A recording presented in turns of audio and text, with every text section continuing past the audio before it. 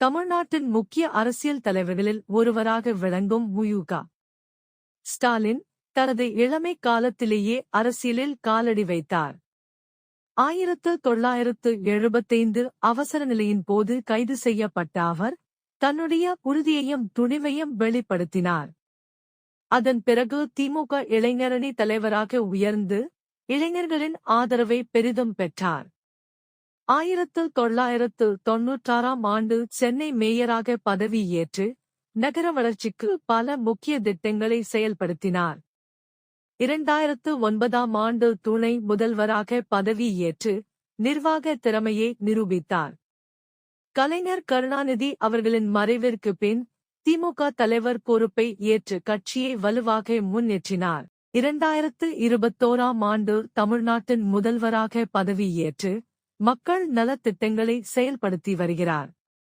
இவ்வாறு இளமையிலிருந்து தலைமைத்துவம் வரை வளர்ந்த மு.க. ஸ்டாலின் தமிழ்நாட்டின் முக்கிய அரசியல் தலைவராக திகழ்கிறார்.